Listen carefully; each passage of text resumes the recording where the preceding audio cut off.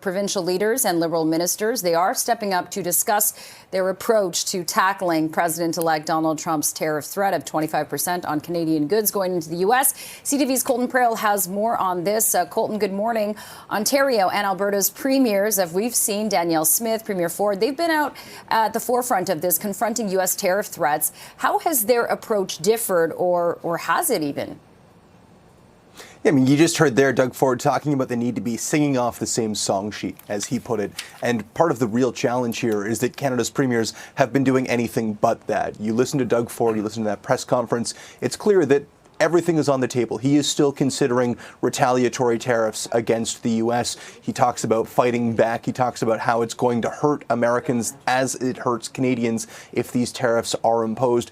This is all very, very different language to what we're hearing from, for example, Danielle Smith in Alberta or even Scott Moe in Saskatchewan. And this is the challenge that you run into when you have subnational diplomacy, when you have premiers leading these missions and leading these diplomatic efforts with the U.S. to try to fight off these tariff threats.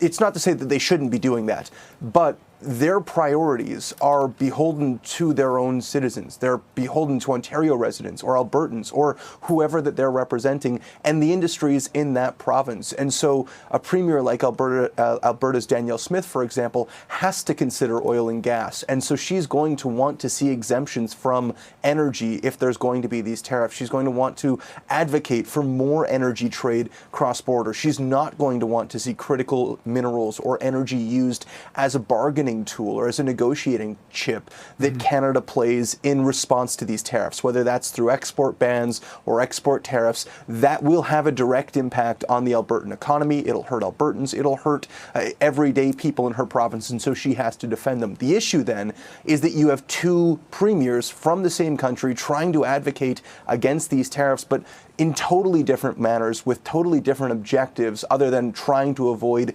pain. That's the only part where they cross over. And so because there is this leadership vacuum, as Ford points out in Ottawa, because we know the Prime Minister is resigning, we don't know who's going to fill in. We don't know exactly the timing of this next election. It's going to be spring. It's likely at that point we'll have had two new Prime Ministers in the span of a handful of months.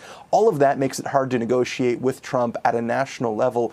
But it creates this cohesion, this lack of cohesion, this disharmony at a provincial level, and it doesn't give a very clear message. You have premiers offering totally different plans, totally different ideas, trying to put chips on the board, take them off at the same time, and it really isn't a unified voice. It's going to be very difficult for them to find that unison, and Ford mentions at a single day in Ottawa over these meetings with the Prime Minister. Yeah, there's a lot to get done, that's for sure. And Premier Doug Ford pitching that AmCan approach. We'll see what happens there because, as you said, Colton, it is a little scattershot right across the country. Appreciate the update. Colton Prale live in Ottawa this morning. Thank you.